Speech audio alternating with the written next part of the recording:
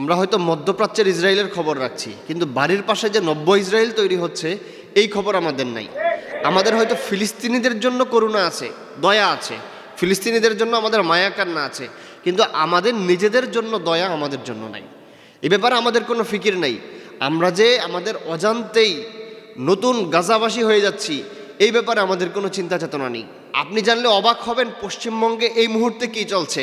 পশ্চিমবঙ্গের রাজনীতির পট পরিবর্তন হয়েছে, নতুন মুখ্যমন্ত্রী হয়েছে বিজেপি থেকে, এবং বিজেপি হচ্ছে সেই দল যেই দলের হাতে হাজার হাজার মুসলিমের রক্ত লেগে আছে, হাজার হাজার মুসলিম মা বোনের ইজ্জত সম্ভ্রমহানি হয়েছে এই বিজেপির হাতে, আরএসএসের হাতে। কারণ বিজেপির তৈরি করা গেরুয়া বাহিনী যুগ যুগ ধরে মুসলিমদেরকে অত্যাচার করে আসছে, এবং ইতিমধ্যেই পশ্চিমবঙ্গে তারা ক্ষমতা গ্রহণ করার পর থেকে হাজার হাজার মুসলিমদের বাড়িঘর উচ্ছেদ করে দিচ্ছে। কলেজ থেকে মুসলিম মেয়েকে ধরে এনে তার নেকাব খুলে ফেলা হচ্ছে। শুধু তাই নয়, আমি দেখলাম এক মুসলিম বৃদ্ধ সাইকেল চালিয়ে যাচ্ছে, আর আরএসএসের গেরুয়া বাহিনী এই মুসলিম বৃদ্ধকে সাইকেল থেকে টেনে নামিয়ে তাকে জয় শ্রীরাম স্লোগান দিতে বাধ্য করছে।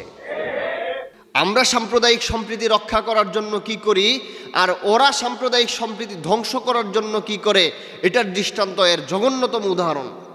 আপনারা জানেন ছাত্র জনতার অভ্যুত্থানের মধ্য দিয়ে 5ই আগস্ট সরকার পরিবর্তন হয়েছে।